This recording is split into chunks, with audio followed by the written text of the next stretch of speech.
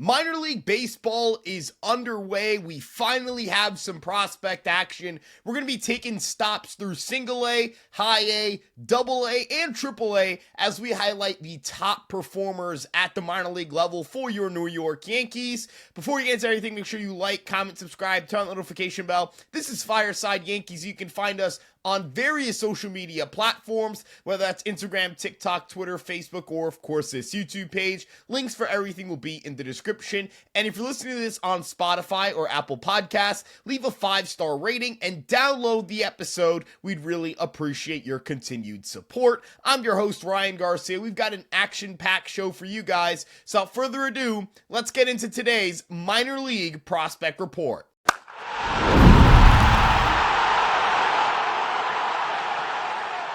The Tampa Tarpons kicked off a series at home hosting Lakeland, and some of their top performers as they took 2 of 3 in this first series include Tyler Wilson, a 2024 draft pick who went 5 for 10 with 5 walks, 2 strikeouts, and a 1.167 OPS, and Brian Sanchez, a player they acquired last year in the trade that sent Jake Bowers to Milwaukee. He went 4 for 13 with 2 walks, 2 strikeouts, and 938 OPS. He's coming up from the Florida Complex League last year where he was one of their top performers. On the pitching side of the ball, Tanner Baumann and Griffin Herring both delivered some strong performances as Baumann went 4 innings with no runs allowed, 4 hits, 3 walks, and 7 strikeouts. And Griffin Herring was the story of the weekend for Tampa as he delivered 5 2/3 innings of scoreless baseball with 4 hits, 3 walks, and 7 strikeouts.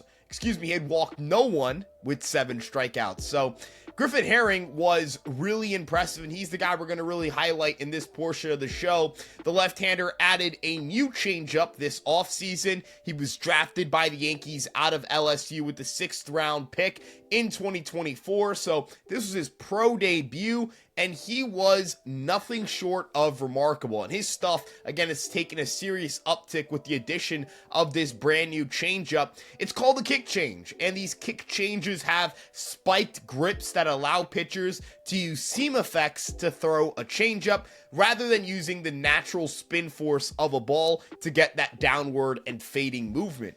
His kick change is somewhere in the 79 to 81 mile per hour range, giving it about 10 to 12 miles per hour of velocity separation off of that 4-seam fastball, and this kick change is just devastating. Getting to see it live in Tampa, it was one of the better pitches I saw with my own eyes from any of their prospects, and it can be really hard on right-handed hitters. They struggle to pick it up from his arm slot, and it's even tougher when he sets up that 4-seamer at the top of the zone. This changeup is a game changer for the left-hander who was a College World Series champion in 2023, one of 20 players to be drafted between 2023 and 2024 out of LSU. So he is someone who has pitched alongside guys who are either A, in the big leagues, or B, almost bound to be big leaguers, and he showed, he can really compete at the pro level. Talking about the already existing pitch in his repertoire, though, he was a fastball slider guy, pitching mostly as a multi-inning reliever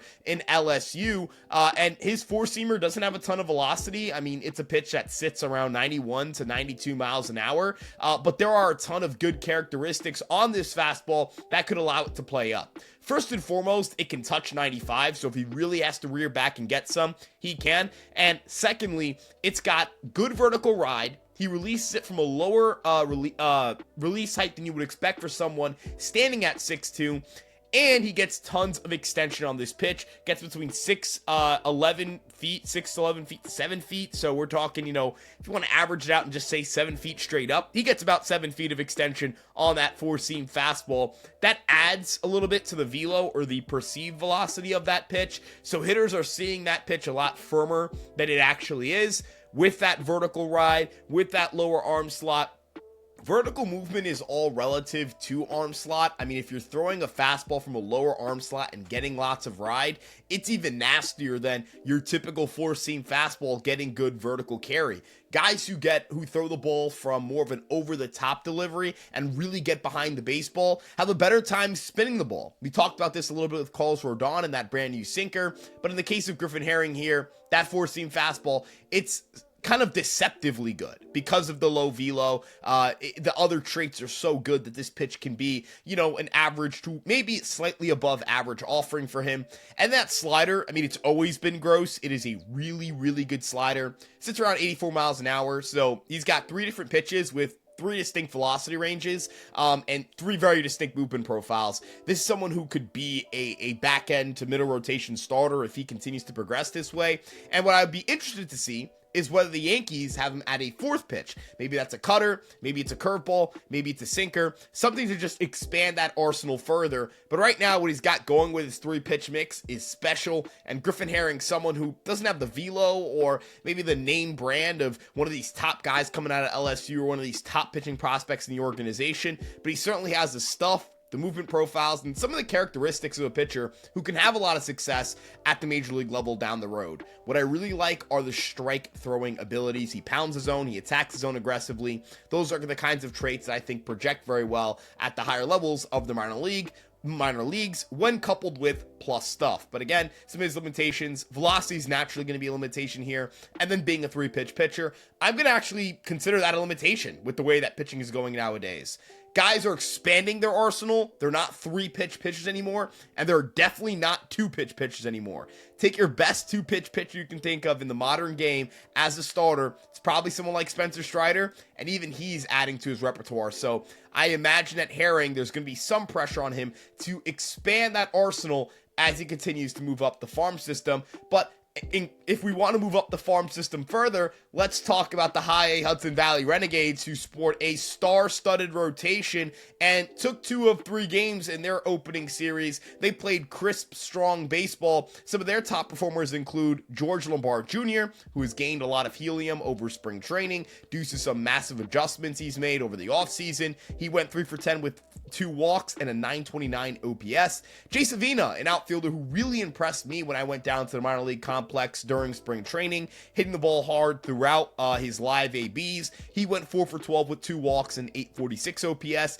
And then Omar Martinez, the beefcake catcher who's got a really, really powerful left-handed swing, but good plate control. He went 5 for 13 with a walk, 4 strikeouts, and an 891 OPS. And on the pitching side of the ball, this is where I walked away the most impressed. You have Kyle Carr. He goes 4 2/3 innings on their opening game. 1 earned run, 2 hits, 3 walks, 6 strikeouts. Command was an issue, but he kept the ball on the ground, and he got a good amount of punchies. And then you have Bryce Cunningham, who you could argue was the most impressive starter of this entire weekend. He went 5 innings, 2 runs allowed, 5 hits, no walks, 7 strikeouts. Now, talking about Kyle Carr first, because he pitched the first game of the year, his fastball velocity wasn't all the way back to where it was in his college days, which is an issue for him last year, but he did reiterate confidence when I was in Tampa to me that his fastball velo was going to be back to where it was in his college days, that his fastball velo was down last year. He's continued to tinker with that 2-seamer that he added during the year, and look, I actually thought his stuff looked pretty good in this start. Again, fastball sitting closer to 91, 93 miles an hour, but if he can get that up to, that 93 to 94 mile per hour range, he's currently, kind of a little bit ahead of where he was last year velocity-wise, but if he, again, can get it up to that 93, 94, which is what we saw in college, the stuff is great. And the pitch arsenal, the pitch diversity is really good. We got a 4-seamer, a cutter, a 2-seam/sinker, and a slider with the occasional changeup. That's 5 pitches. 4 of them he can go to comfortably. 3 of them are different fastball variations. I love that. I love pitchers who can throw multiple fastball shapes and have a good secondary to go with it in a slider. So he can manipulate the looks he gives to hitters. He is someone who's got kind of the repertoire. He just needs to build up the pitch quality of his fastballs by, again, just throwing a little bit harder, which is something he did do in college and something he's building towards right now in the minor league season. The swings from George Lombard Jr., Jay Savina, and Omar Martinez were super encouraging. And then Bryce Cunningham. I mean, Bryce Cunningham was wicked. The fastball was crackling at the top of the zone. He struck out 7 batters. That changeup, it wasn't located perfectly all start. And I will say in this outing, his command wasn't superb. Like, it wasn't top of the line. But the stuff is so good that he can punch tickets without really much of a care in the world. A lot of the contact he allowed was soft contact. He is pitching in a run-depressed environment in the South Atlantic League, and that's something we're going to have have to factor when we talk about his performances. But the stuff was just crisp. I mean, the fastball at the top of the zone, hitting 96, 97 on the radar gun. He gets tons of vertical ride. A lot of the characteristics we talk about with Griffin Herring, good extension. Lower release height than you would expect for someone at his size. He stands at 6'5". He's got long arms, big frame, big body. He's got power on that fastball. He's got a really, really good changeup, which is very rare for a right-handed pitching prospect. And it's a really good changeup with good velo, good vertical depth. He's upped the slider usage. Hasn't really changed the slider much, but he has upped its usage. It's a pretty nasty pitch when he gets it located properly, and he got a couple of swings and misses on that pitch. He can really, really spin the baseball well. He can move the ball well. He can attack the top and bottom of the zone aggressively. He's going to be a nightmare for left-handed hitters, but it's about expanding the arsenal so that he can better handle right-handed hitters. That slider is a part of this. Maybe it's, mixing in some cutters or sweepers or curveballs, whatever he's got to do. Maybe it's throwing the changeup to righties. Maybe it's being comfortable throwing that pitch there. Luke Weaver is someone who's very comfortable throwing his changeup to righties. The Yankees as an organization have a lot of pitchers who throw splitters or changeups, and they're not afraid to throw them to righties. So Bryce Cunningham, somebody who I could see developing that confidence, throwing that changeup to righties and saying, no, I can be a fastball changeup slider guy to righties and lefties. So I really love the upside here. The fastball is just powerful, and I was super impressed. I love guys with really good fastballs because good fastballs set up good secondaries, and if you've got good secondaries, you've got a good fastball, you could be a really good starting pitcher. Whereas I look at some other guys in the organization, and for most pitching prospects, the responsible and realistic outcome is they're not going to be big leaguers. And then if you look at kind of your better crop, your top 30 prospect guys, you go, all right, back end. Then you look at your best guys, you go middle of the rotation. There aren't a lot of guys who actually have that frontline starter upside. Bryce Cunningham strikes me as someone who has frontline starter upside. I'm really talking about can be a number 2 for a playoff contender if he lives up to his upside. 95 miles an hour on the fastball, good extension. That's going to play up to 96, 97 on some days. Good vertical ride, 18 to 19 inches of ride there. Changeup's got good fade, good power change. Slider can move a lot, and play off that fastball well. What he does to expand his arsenal further is something that the Yankees and Cunningham are going to have to work out. I don't know what exact pitch shapes he has because of the lack of data at high A. We only know what he had at the collegiate level. There are tinkers and adjustments that have been made between then and now. Hopefully I get an opportunity to talk to him or his agent or whatever it may be and provide you guys with more information there. But Bryce Cunningham, if there's anyone to take away from this weekend and go, right? This guy could really pitch. This guy can really play. This guy could be a stud and someone who maybe didn't have a lot of hype coming into the start of the year. It's Bryce Cunningham. Internally, there was hype. There was a lot of hype in the Yankee organization, but externally, we didn't see him in spring training. We only saw him in the spring breakout game. He actually gave up the walk-off hit in the spring breakout game, but he was touching 98 in that outing. So I looked at the positives there and I said, I couldn't care less about the walk-off hit. Stuff looks good, and that's going to play in the minor leagues. So far, so good for Bryce Cunningham in that first pro start. Let's move on to Double-A now, where the Somerset Patriots dropped 2 of 3 in their first series in Hartford, playing a Rockies organization that's got quite a bit of talent. A lot of their arms got kind of shelled in their outings, especially out of the bullpen. But some of the positives here: Rafael Flores, 2 home runs in his first 3 games, 5 for 13, 1.231 OPS. Cam Schlittler delivered 5 2/3 innings pitched, 1 earned run, 3 hits, 2 walks, 7 strikeouts in the Patriots opening day matchup. And Kelly Austin, who made his Double-A debut, fired 2 innings with no runs, no hits, no walks, and 4 strikeouts. Now, let's get started talking about Kelly Austin for a second here. If you don't remember, Kelly Austin was a podcast guest. We brought him on during after he had gotten traded to the Yankees. So this was during the season, not in the off season. This was kind of around when they were getting ready for that playoff hunt.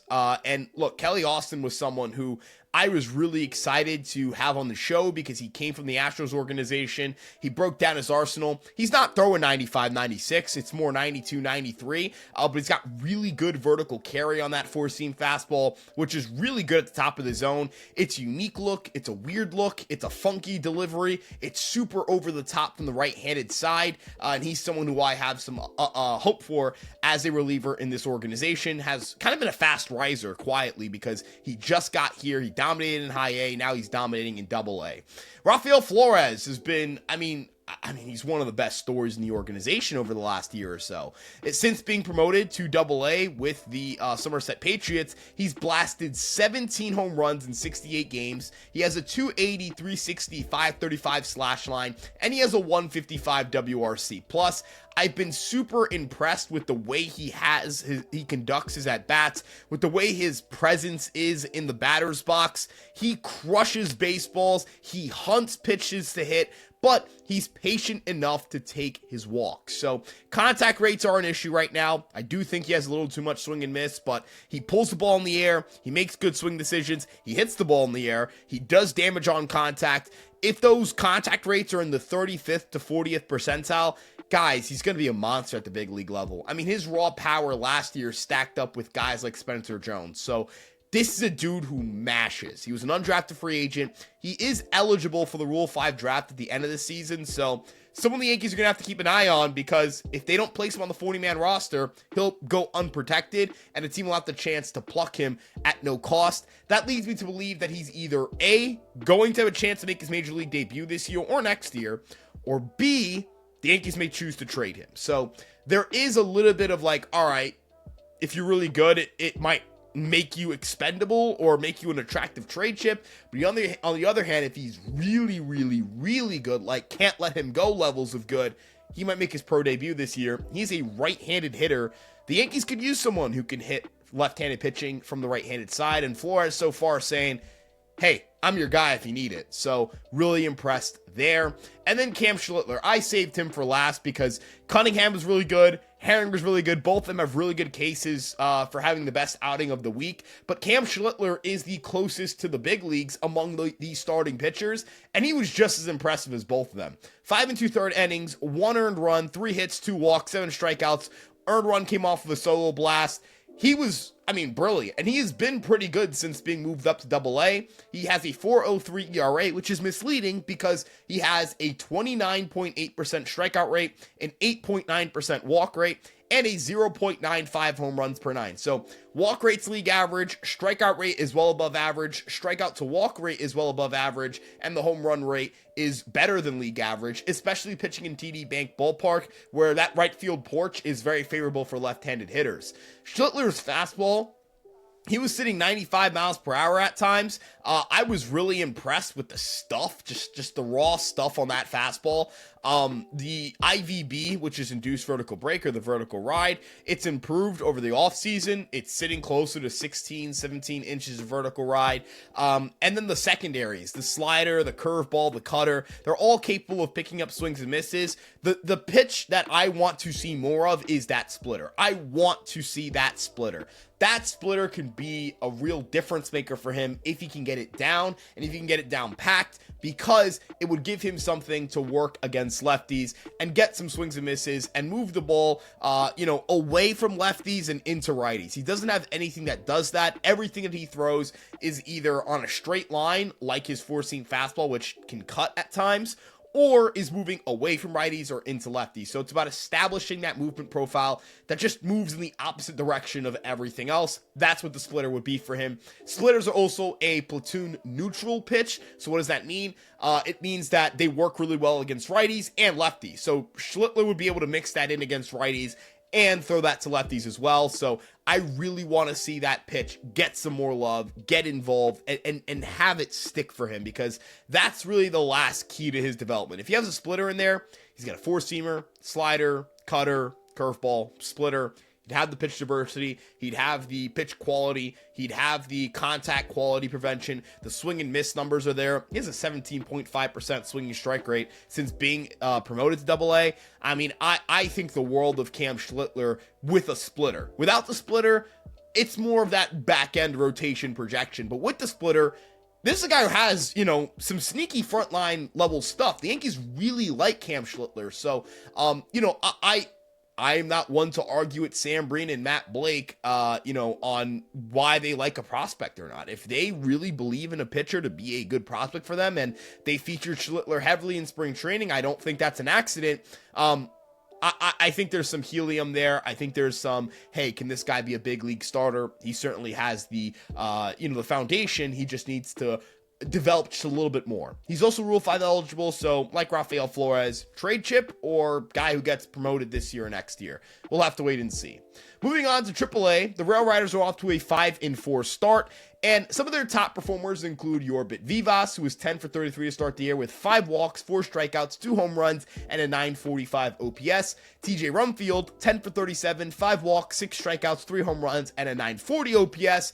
And then reliever Eric Reselman, who has 4 2/3 innings pitched, 2 earned runs, 3 hits, 2 walks, and 8 strikeouts. Let's start with Vivas here. Now, Yorbit Vivas is on the Yankees 40-man roster. He did get called up last year, but did not get to make his major league debut, so he is yet to take a major league plate appearance or play the field. Look, he is someone who got off to a really fast start last year and cooled off in the second half, and that's kind of been the story of Yorbit Vivas throughout his minor league career. Sustaining this kind of performance throughout a full season is what's going to separate him from, kind of those back-end top 30 guys. He doesn't have a ton of raw pop, but he has really good plate control, really good bat-to-ball skills, and can pull the ball to right field, which is something that'll play favorably at Yankee Stadium. His second and third base versatility is something the Yankees do like. He's got some speed. He's got, again, those contact abilities. He's someone who could be a big leaguer and could be a utility man at the next level. Someone who doesn't really have as much value to the Yankees specifically because he's left-handed and the Yankees kind of need right-handed bats. So I do think he's someone who could get traded, and get playing time somewhere else if a team is in need of a left-handed infielder and they have something to offer to the Yankees, kind of a sweetener in a deal. And in that same tune, you have TJ Rumfield, a left-handed hitting first base / DH. Now, first base is kind of stuffed with Ben Rice, Paul Goldschmidt, and Cody Bellinger. DH is stuffed with Ben Rice and, Aaron Judge and Trent Grisham playing the outfield, which forces, an outfielder to DH. You also have the reality of Giancarlo Stanton returning, which will only further muddy the DH situation in terms of playing time. But Rumfield has played really well and actually recorded the hardest hit ball of his pro career at 109.5 miles an hour. He went 10 for 37 to start the year, 5 walks, 6 strikeouts, 3 home runs, and a 940 OPS. Pulling the ball in the air more often. He's got a really good glove at first, and in 123 AAA games, has hit 18 home runs with a 118 WRC plus. So certainly not someone to scoff at, not someone to just completely write off in terms of potential big league upside here. I don't think he's the guy with the most upside in the world, but he's a big guy. Like, he stands at 6'5". I'm a little shocked that the power hasn't been better throughout his pro career. He is someone who could have a lot of success as a slick fielding first baseman with a good glove and provide some on-base skills. He's got really good bat to ball. That's something you can definitely give him credit for. He does not strike out. And if he can just get the ball in the air more consistently, which he has thus far, he can be a pretty good pro. Someone that helps the team as a, bottom of the lineup first base profile. It's a weird profile because there's not a lot of pop there. But again, if he's pulling the ball to right field more often, maybe there is more pop. Maybe a team is willing to pick him up. He was already Rule 5 eligible. No one picked him in the Rule 5 draft. Maybe he's someone who builds up his stock, kind of like Ben Cowles did last year, and then finds himself in a trade for the Yankees for a bullpen arm. The last guy we're going to mention is, ironically, a bullpen arm. And you have Eric Reselman here, who he had a bad first outing. He allows a 2-run home run, but since then has kind of smoothed out the mechanics, gotten the fastball velo back up, and has blown through hitters. Now, something I love about Eric Reselman is that he has a power fastball. His sweeper generates a lot of lateral movement, and he has really weird, kind of a weird arm angle. His release heights are pretty average for a right-handed pitcher, but his arm angle, it's a flatter arm angle than most. And I really love that about a reliever when they've got some weird arm stuff going on, and they've got a power fastball. Right there, you've got me hooked. So, Reselman can top out at 99, but sometimes he'll also be at 92, and you don't really know what's going on. And that kind of leads into the big flaw here with Reselman. Mechanically, he's not the most consistent. And that's something he can iron out at the minor league level. This guy has 55 professional innings under his belt. Like, he has barely pitched at the pro level, so he's barely gotten to work through, struggle, get reps in, get, tape and film together in in-game situations that the Yankees can then utilize to improve his game. This is a very raw prospect, and he's already in AAA punching dudes out who are 30 years old, who are big leaguers, who are on the precipice of being big leaguers. So Eric Reyzelman, tons of good stuff. Command can be leaky, mechanics can be a little bit shaky, but once that stuff gets smoothed out, and we've seen it get smoothed out quickly, once he gets going, he could rip through a major league lineup today. Like, when he's on, he can rip through any hitter. I mean, his stuff it's tantalizing. It's the kind of stuff where, like, your eyes kind of pop when you see him pitch. His sweeper is nasty. The fastball's gross. The changeup can be gross. I would love to see him throw it more with just a little more consistency. That down and away fade from that low slot paired with that four-seam fastball.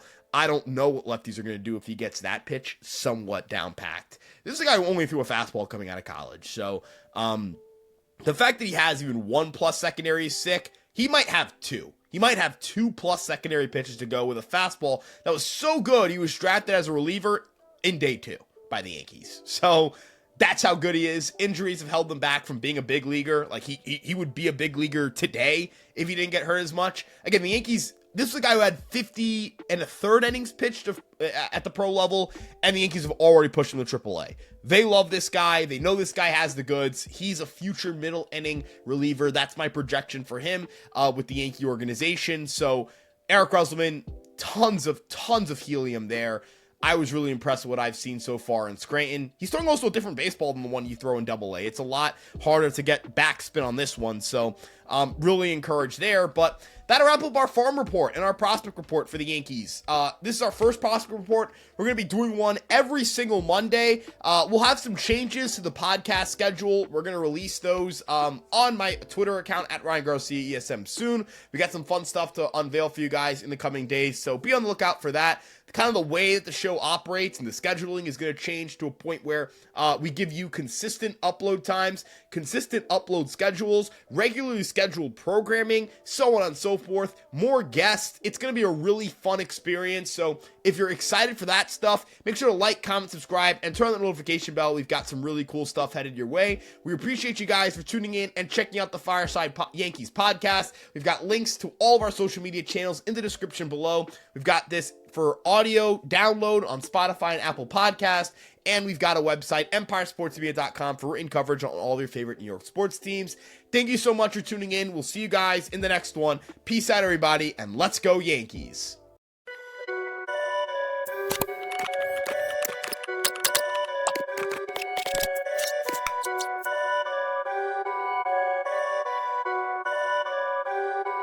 Perfect.